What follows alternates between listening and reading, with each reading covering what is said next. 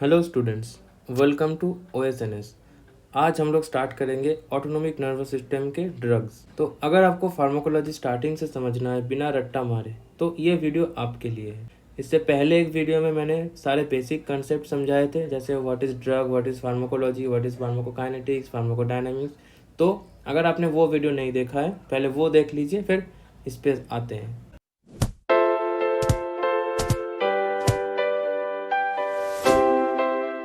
तो आज हम लोग स्टार्ट करेंगे ऑटोनोमिक नर्वस सिस्टम के ड्रग्स। ऑटोनोमिक ड्रग्स में क्या कौन कौन से ड्रग्स आते हैं? First, cholinergic agonist, cholinergic antagonist, adrenergic agonist, जो कि दो तरह की होती है, beta and alpha. Alpha beta क्या है वो हम लोग जब एड्रिनर्जिक सिस्टम पढ़ेंगे तब समझेंगे। Okay. Similarly adrenergic antagonist, alpha blocker and beta blocker. तो आज हम लोगों का जो टॉपिक है that is cholinergic agonist. Okay. So what is cholinergic agonist? Agonist that means similar effect and antagonist that means opposite। ये दोनों टर्म मैंने पिछले वीडियो में एक्सप्लेन किया हुआ है। तो स्टार्ट करते हैं कोलिनर्जिक सिस्टम से। इसमें हम लोग क्या क्या सब टॉपिक्स देखेंगे? Definitions, classification, mechanism of action, indication, contraindication, side effect and nurses responsibility, जो कि नर्सिंग एग्जाम के लिए काफ़ी इंपॉर्टेंट होता है, हर एक ड्रग का nurses responsibility. So before we start, here is a quick revision of your nervous system classification. Our nervous system is divided into two: central nervous system and peripheral nervous system. Central nervous system में brain and spinal cord, and peripheral में बाकी जितने भी nerves हैं जो outside brain and spinal cord है, और all include in your peripheral nervous system। इसको हम लोग दो टाइप के डिवीजन कर सकते हैं। एक नर्व जो स्केलेटल मसल पे वर्क करता है, जो वॉलेंटरी कंट्रोल में होता है, दैट्स इज सोमैटिक। एंड जो हम लोग इनवॉलेंटरी मसल्स होते हैं, जैसे कि हार्ट हो गया, स्टमक हो गया, GI सिस्टम पूरा, that's all your autonomic nervous system. इसमें भी दो टाइप के होते हैं, सिंपैथेटिक एंड पैरासिम्पैथेटिक। आज हम लोग जो पढ़ेंगे पैरासिम्पैथेटिक नर्वस सिस्टम के ड्रग्स पढ़ेंगे basically. So this is your brain and this is your spinal cord. अब स्पाइनल कॉर्ड से बहुत टाइप के नर्व इमर्ज आउट होते हैं। कुछ स्केलेटल मसल पे वर्क करते हैं जो कि वॉलेंटरी होता है, वो सोमैटिक नर्वस सिस्टम के अंदर आते हैं। कुछ इनवॉलेंटरी और स्मूथ मसल पे वर्क करते हैं जो ऑटोनोमिक नर्वस सिस्टम के अंदर आते हैं। अब ऑटोनोमिक नर्वस सिस्टम के अंदर भी दो तरह के नर्व आते हैं, एक सिंपैथेटिक और एक पैरासिम्पैथेटिक। अब इन दोनों में मेन डिफरेंस क्या है? So this is your spinal cord, okay, and ये क्या है? सेल बॉडी है न्यूरॉन के, और ये है एक्सॉन्स। एक्सॉन को हम लोग नर्व भी बोल सकते हैं। सो ऐसा तो है नहीं कि एक ही नर्व स्पाइनल कॉर्ड से निकला और पूरे अपने जो रिसेप्टर है वहाँ तक एक ही नर्व पहुँच गया। नहीं, ऐसा नहीं होता है। बहुत सारे नर्व ऐसे चेन के थ्रू कनेक्टेड रहते हैं। तो जो नर्व स्पाइनल कॉर्ड से इमर्ज आउट होता है उसको बोलते हैं pre ganglionic nerve. Pre ganglionic nerve, इसमें दो वर्ड हैं, प्री एंड गैंग्लियन। गैंग्लियन मतलब होता है नर्व का गुच्छा। बहुत सारे नर्व इकट्ठे जहाँ पे रहते हैं उसको बोलते हैं गुच्छा। जैसे बहुत सारे तार रहते हैं ना, वायर्स, केबल, उसको गुच्छा बोलते हैं। तो गैंग्लियन का मतलब होता है नर्व का गुच्छा। अब प्री मतलब क्या है? गुच्छे से पहले वाला जो नर्व, मतलब जो नर्व स्पाइनल कॉर्ड से इमर्ज आउट होते हैं उसको बोलते हैं प्री गैंग्लियोनिक नर्व, और गुच्छे के बाद वाला जो नर्व स्टार्ट होता है उसको बोलते हैं पोस्ट गैंग्लियोनिक नर्व। ओके। तो जो पैरासिम्पैथेटिक सिस्टम होता है उसमें जो प्री गैंग्लियोनिक नर्व होता है वो सिक्रीट करता है क्या? Acetyl choline. नर्व से एसिटाइल कोलिन सिक्रीट हुआ, नेक्स्ट नर्व में वो ट्रांसमिट हो गया एसिटाइल कोलिन के थ्रू। ठीक है। तो जो प्री गैंग्लियोनिक होता है वो एसिटाइल कोलिन सिक्रीट किया, जो पोस्ट गैंग्लियोनिक नर्व होता है वो भी एसिटाइल कोलिन ही सिक्रीट करता है। But in case of sympathetic nervous system, pre ganglionic जो नर्व होता है वो तो एसिटाइल कोलिन सिक्रीट करता है, बट जो पोस्ट गैंग्लियोनिक होता है वो नॉर एड्रेनालिन सिक्रीट करता है। ठीक है। ये मेन डिफरेंस हो गया pre and post sympathetic nervous system के अंदर। ये चीज़ आप लोगों ने एनाटॉमी के लेक्चर में भी पढ़े होंगे। तो हम लोग जो इस लेक्चर में डिस्कस करेंगे वो है पैरासिम्पैथेटिक नर्वस सिस्टम।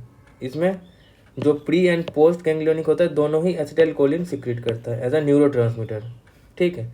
अब देखते हैं, अब हम लोग का टॉपिक आज का है क्या है? कोलिनर्जिक एगोनिस्ट और कोलिनर्जिक सिस्टम। तो कोलिनर्जिक सिस्टम क्या होगा? Drugs that mimics the effect of acetyl Colin. Mimics मतलब सिमिलर इफेक्ट शो करता है। ड्रग्स जो कि एसिटाइल कोलिन का सिमिलर इफेक्ट शो करता है, उसको बोलते हैं कोलिनर्जिक ड्रग्स और cholinergic agonist.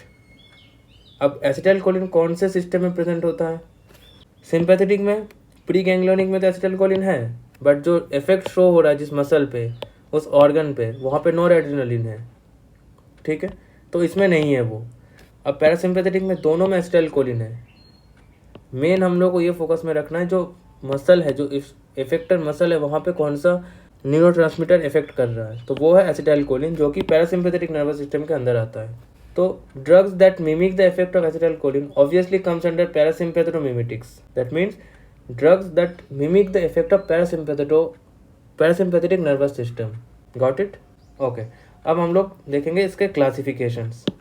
So the cholinergic agonist are broadly divided into दो टाइप के ड्रग होते हैं, D1 एंड D2।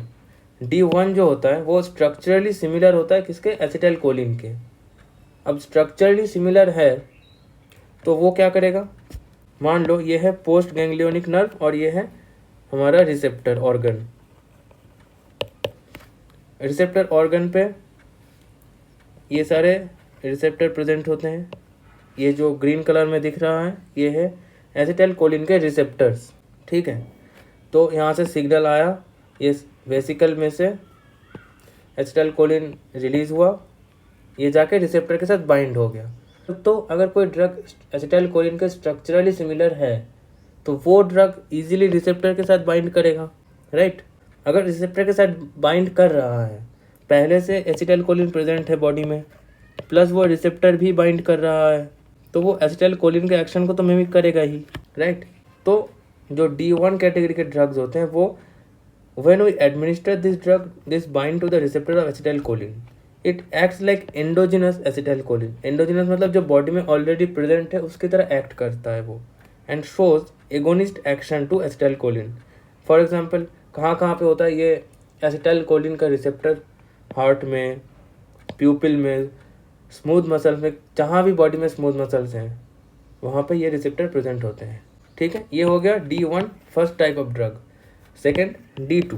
अब D2 क्या करता है? D2 स्ट्रक्चरली सिमिलर नहीं होता है। ये क्या करता है देखते हैं। अब वही अपना पुराना डायग्राम देखते हैं। यहाँ से सिग्नल आया, यहाँ पे वेसिकल में से एसिटाइल कोलिन रिलीज हुआ, यहाँ पे रिसेप्टर के साथ वह बाइंड हो गया। But there is a enzyme called acetyl cholinesterase. नाम याद रखना, एसिटाइल कोलिनेस्टरेज। ये क्या करता है? जैसे ये बाइंड हो गया, बाइंड हुआ, इसका एक्शन हुआ, एक्शन खत्म हुआ, एक्शन खत्म होते ही तुरंत ये जो एंजाइम है ये एसिटाइल कोलिन का ब्रेक डाउन कर देता है, ठीक है। ब्रेक डाउन करके इसको डिस्ट्रॉय कर देता है। जो D2 कैटेगरी के ड्रग्स होते हैं ये क्या करता है? इसको हम लोग बोलते हैं इनडायरेक्ट कोलिनर्जिक एगोनिस्ट। इनडायरेक्ट का मतलब क्या है? ये डायरेक्टली इफेक्ट शो नहीं कर रहा है, डायरेक्टली ये रिसेप्टर के साथ बाइंड नहीं कर रहा है। ये क्या करता है? जो एसिटाइल कोलिनेस्टरेज जो एंजाइम होता है इसको ये ब्लॉक करता है। तो जब कोई डिस्ट्रॉय करने वाला रहेगा नहीं तो वो डिस्ट्रॉय होगा नहीं, उसका एक्शन जो प्रोलॉन्ग हो जाएगा, बहुत लंबे समय तक वो एक्शन अपना शो करेगा, राइट। तो अगर जो D2 कैटेगरी के ड्रग्स होते हैं वो अगर ब्लॉक कर देता है किसको? एसिटाइल कोलिनेस्टरेज एंजाइम को, ठीक है, तो एंजाइम अपना फंक्शन नहीं करेगा, तो एसिटाइल कोलिन का जो फंक्शनलिटी है उसका ड्यूरेशन ऑफ एक्शन प्रोलॉन्ग हो जाएगा, right. The endogenous acetylcholine did not get destroyed, hence leading to longer duration of action. इसलिए इसको इनडायरेक्ट बोलते हैं। और जो D1 था वो स्ट्रक्चरली सिमिलर था तो उसको बोलते हैं direct cholinergic agonist. So we have done with the classification. Mechanism action भी हम लोगों ने देख लिया है। अब देखते हैं indications where we use this kind of drugs, right. So एक बार देख लेते हैं मैकेनिज्म ऑफ एक्शन फिर से। यहाँ से एसिटाइलकोलिन आया, रिलीज हुआ, ठीक है, ये रिसेप्टर के साथ ये बाइंड हुआ, जैसे कि ड्रग 1 ये है तो ये रिसेप्टर के साथ बाइंड होता है। क्यों? क्योंकि ये स्ट्रक्चरली सिमिलर है। बट ये जो एंटी कोलिनेस्टरेज जो ड्रग्स होती है, जो इनडायरेक्ट कोलिनर्जिक एगोनिस्ट हैं, ये इसको ब्लॉक कर रहा है। इसको ब्लॉक करेगा तो एसिटाइल कोलिन का जो एक्शन है वो प्रोलॉन्ग टाइम तक चलेगा, राइट। अब हम लोग देखेंगे ड्रग्स के नाम। So cholinergic drugs are divided into cholinergic agonist और एंटी कोलिनेस्टरेज, जो कि इनडायरेक्ट होता है। कोलिनर्जिक एगोनिस्ट को भी अगर केमिकली स्ट्रक्चर के बेसिस पे डिवाइड करें तो वो भी ईस्टर आता है और अल्कलॉइड्स आता है, जो कि हम लोग ट्वेल्थ में केमिस्ट्री में पढ़ चुके हैं, ईस्टर और एल्कलॉइड्स। कोलिनर्जिक ईस्टर में क्या आता है? एसिटाइलकोलिन, मेथानोकोलाइन, कार्बाकॉल, बेथानोकॉल। अब जो एंटी कोलिनेस्टेरॉइड ड्रग्स होते हैं इसके दो टाइप होते हैं, रिवर्सिबल और इरिवर्सिबल, डिपेंडिंग ऑन कितने देर तक वो एंजाइम को ब्लॉक कर रहा था। अगर क्विकली उसका ब्लॉक हट रहा है तो वो रिवर्सिबल में आता है, जैसे कि कार्बामेट्स, फॉस्टिगमिन, नियोस्टिगमिन, पायरोडोस्टिगमिन, रिवास्टिगमिन, डोनेपिजिल, गैलेंटामाइन। और जो इरिवर्सिबल होता है जिसका ब्लॉकेज बहुत लंबे समय तक रहता है, जैसे कि ऑर्गेनोफॉस्फेट्स। मेनली दो चीज़ें यहाँ पे याद रखना है, कार्बामेट्स और organophosphates. Carbamates are reversible but organophosphate का जो ड्यूरेशन ऑफ एक्शन होता है वो इतना लंबा होता है, वो ऑलमोस्ट इरिवर्सिबल कैटेगरी में आता है। डन। नेक्स्ट हम लोग देखेंगे कि रिसेप्टर्स कौन कौन से होते हैं। रिसेप्टर को भी दो टाइप होते हैं, मुस्कारिनिक और निकोटिनिक। मुस्कारिनिक हम एम से डिनोट करेंगे, निकोटिनिक को एन से। तो मुस्कारिनिक रिसेप्टर भी मेनली तीन टाइप के होते हैं, M1, M2, M3। जो M4 और M5 होता है वो बेसिकली सब टाइप्स ऑफ M3 होता है और उसका क्लिनिकली उतना सिग्निफिकेंस नहीं पाया गया है। तो मेनली हमारे पास तीन टाइप के रिसेप्टर प्रेजेंट होते हैं, मुस्कारिनिक रिसेप्टर्स। जो M1 होता है वो कहाँ पे प्रेजेंट होता है? CNS में और स्टमक में। CNS में ये मेमोरी को और लर्निंग को इम्प्रूव करता है, स्टमक में गैस्ट्रिक एसिड का सिक्रीशन इंक्रीज करता है ये। M2 प्रेजेंट होता है एक ही ऑर्गन पे जो कि है हार्ट। M3 सारे इनवॉलेंटरी मसल्स पे प्रेजेंट होते हैं, इनवॉलेंटरी और स्मूथ मसल्स पे प्रेजेंट होते हैं, जैसे कि eye, urinary bladder, gastric system, blood vessels, इन सब में M3 रिसेप्टर प्रेजेंट होते हैं। नेक्स्ट निकोटिनिक, NM मतलब न्यूरोमस्कुलर जंक्शन पे ये प्रेजेंट होता है। अब न्यूरोमस्कुलर जंक्शन क्या है? एक नर्व और ये एक मसल है। तो ये जो जंक्शन होता है जहाँ पे ये इंटरेक्ट करता है एक नर्व एक मसल से, उस जंक्शन को बोलते हैं न्यूरो मस्कुलर जंक्शन। ओके। और जो NN होता है वो गैंग्लियन पे प्रेजेंट होते हैं मेनली। गैंग्लियन मतलब पहले बताया था गुच्छा, नर्व का गुच्छा। So we have done with the receptor M1 and N। Okay. Next अब M1 रिसेप्टर, जैसे कि बताया M1 रिसेप्टर कहाँ कहाँ पे प्रेजेंट होता है? फर्स्ट CNS पे, सेकंड स्टमक पे। CNS में ये क्या करता है? लर्निंग और मेमोरी। स्टमक में क्या करता है? एसिड सिक्रीशन को इंक्रीज कर देता है। ओके। सो M1 हो गया। अब देखते हैं M2 जो कि एक ही ऑर्गन में प्रेजेंट होता है, हार्ट। जैसे कि एक डायग्राम है, ये है हार्ट का एक diagram, right atrium, left atrium, right ventricle and left ventricle. So this are the M2 receptor are present here. ये M2 रिसेप्टर क्या करता है? Reduction in the heart rate को रिड्यूस करता है। The force of contraction is reduced, कितने force से ये लेफ्ट वेंट्रिकल कॉन्ट्रैक्ट करता है इसको ये रिड्यूस करता है। Second, third, reduction in conduction velocity. Conduction velocity मतलब जो हम लोगों का फोर्स ऑफ कंट्रक्शन है ये हार्ट में कैसे ट्रेवल करता है। यहाँ पे रहता है SA node, AV node, then left ventricle में bundle of His and Purkinje fibres. तो ऐसे यहाँ से SA नोड से AV नोड से bundle of His and Purkinje fibre में ये ट्रांसफ़र होता है। तो जो वेलोसिटी ऑफ कंडक्शन है कि स्पीड से ये कंडक्शन ट्रैवल कर रहा है तो स्पीड को ये कम करता है। तो तीन चीज़ें करता है ये हार्ट में, तीनों ही रिड्यूस करता है, heart rate, force of contraction and conduction velocity. ठीक है, ये M2 रिसेप्टर जो हार्ट में प्रेजेंट होता है। Now some important points, you know chronotropic effect is related to heart rate. Similarly, dromotropic effect related to conduction velocity and inotropic related to force of contraction.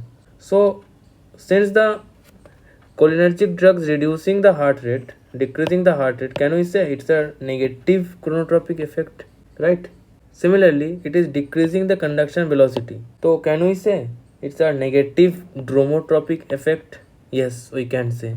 And it also decrease the force of contraction, so it's a negative inotropic effect. So we can say the cholinergic agonist on the M2 receptor shows negative chronotropic, that means decrease heart rate, negative dromotropic, conduction velocity कम करता है, negative inotropic, force of contraction को कम करता है। ठीक है, next M1 हो गया, CNS में स्टमक में प्रेजेंट होता है। M2 हो गया, हार्ट में प्रेजेंट होता है, तीनों चीज़ कम करता है, heart rate, force of construction, conduction velocity. अब M3, now M3 receptor, M3 receptor कहाँ पे प्रेजेंट होता है? स्मूथ मसल्स जैसे कि bronchi, GI tract, urinary bladder, ठीक है। ग्लैंड्स में जितने भी एंडोक्राइन ग्लैंड्स होते हैं उसमें प्रेजेंट होती हैं। Salivary, lacrimal, sweat glands. Eye में दो जगह पे, आइरिस और ciliary muscle. Blood vessel, endothelium. Blood वेसलिंग की जो लाइनिंग होती है उसको बोलते हैं एंडोथेलियम। तो इस लाइन में M3 रिसेप्टर प्रेजेंट होते हैं। और मेल जेनिटल ऑर्गन पेनिस में प्रेजेंट होता है। It causes erection. जो पेनिस होता है उसमें सेक्सुअल इंटरकोर्स के टाइम पे दो चीज़ें होती है, एक इरेक्शन, दूसरा इजाकुलेशन। जो M3 रिसेप्टर होता है it causes erection, so the erection is under parasympathetic nervous system but the ejaculation is under sympathetic nervous system जो एड्रीनर्जिक रिसेप्टर के लिए रिस्पॉन्सिबल होता है, ठीक है। तो इरेक्शन कॉज करता है M3 रिसेप्टर और इजैकुलेशन के लिए रिस्पॉन्सिबल होता है एड्रीनर्जिक रिसेप्टर्स, ठीक है। तो M3 रिसेप्टर कहाँ पे प्रेजेंट होता है? स्मूथ मसल्स में, ग्लैंड्स में, आई में, ब्लड वेसल में और पेनिस में। इसके हम फंक्शंस देखते हैं। सबसे पहले स्मूथ मसल्स में। स्मूथ मसल में कहाँ पे होता है? ब्रोंकाई में, GIT में और यूरिनरी ब्लैडर में। एक एक करके देखते हैं। सबसे पहले GIT। So this is your large intestine showing ascending colon, transverse colon, descending colon, sigmoid colon and rectum. And this is your anal sphincter here. तो जो M3 रिसेप्टर होता है वो all over the intestinal wall present होता है। Let me draw it for you. तो all over the intestine present रहता है। एंड जो एनल स्फिंक्टर होता है एनल स्फिंक्टर पे भी प्रेजेंट होता है।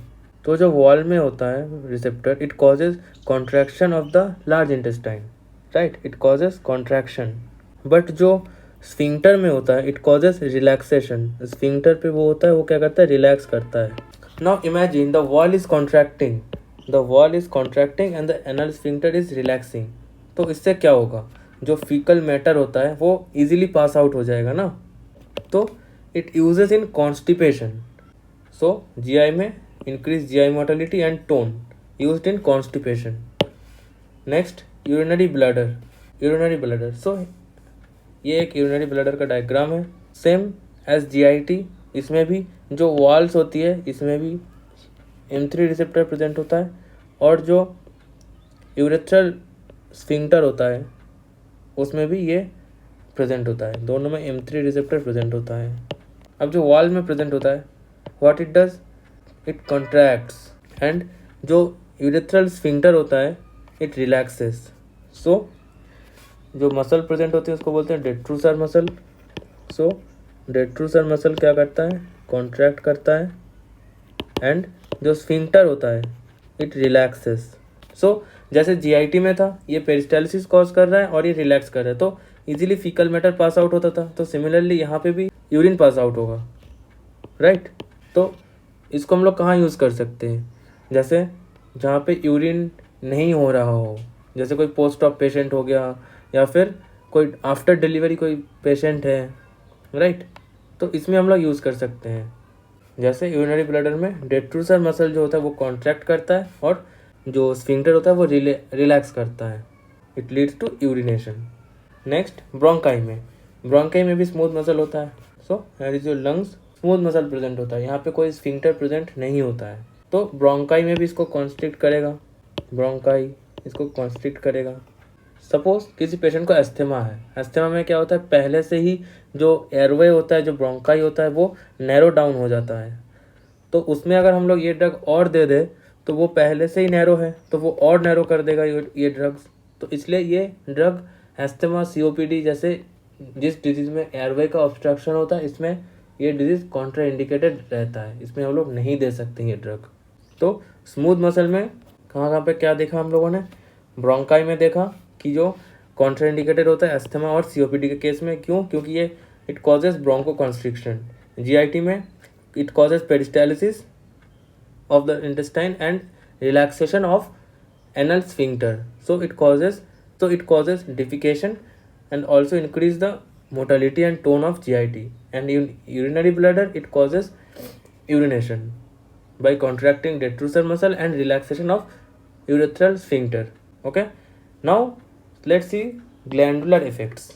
सारे भी जितने भी टाइप्स के ग्लैंड्स होते हैं, ऑल ग्लैंड्स, जितने भी एंडोक्राइन ग्लैंड्स होते हैं, जैसे sweat glands, parotid gland salivation के लिए, स्वेटिंग के लिए सीवेसियस gland, lacrimation, gastric acid and other secretion are also increased. Now let's come to eyes. Eyes में दो मसल पे ये इफेक्ट करता है, आइरिस एंड सिलियरी मसल पे। एक एक करके देखते हैं।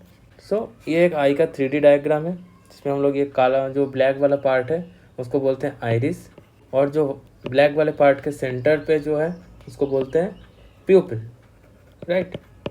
ये चीज़ आप लोगों ने एनाटॉमी में पढ़ी होंगी। अब जो आइरिस होता है उसमें मेनली दो टाइप के मसल होते हैं, एक जो ऐसे सर्कुलर वे में प्रेजेंट होता है और दूसरा जो ऐसे रेडियली प्रेजेंट होता है।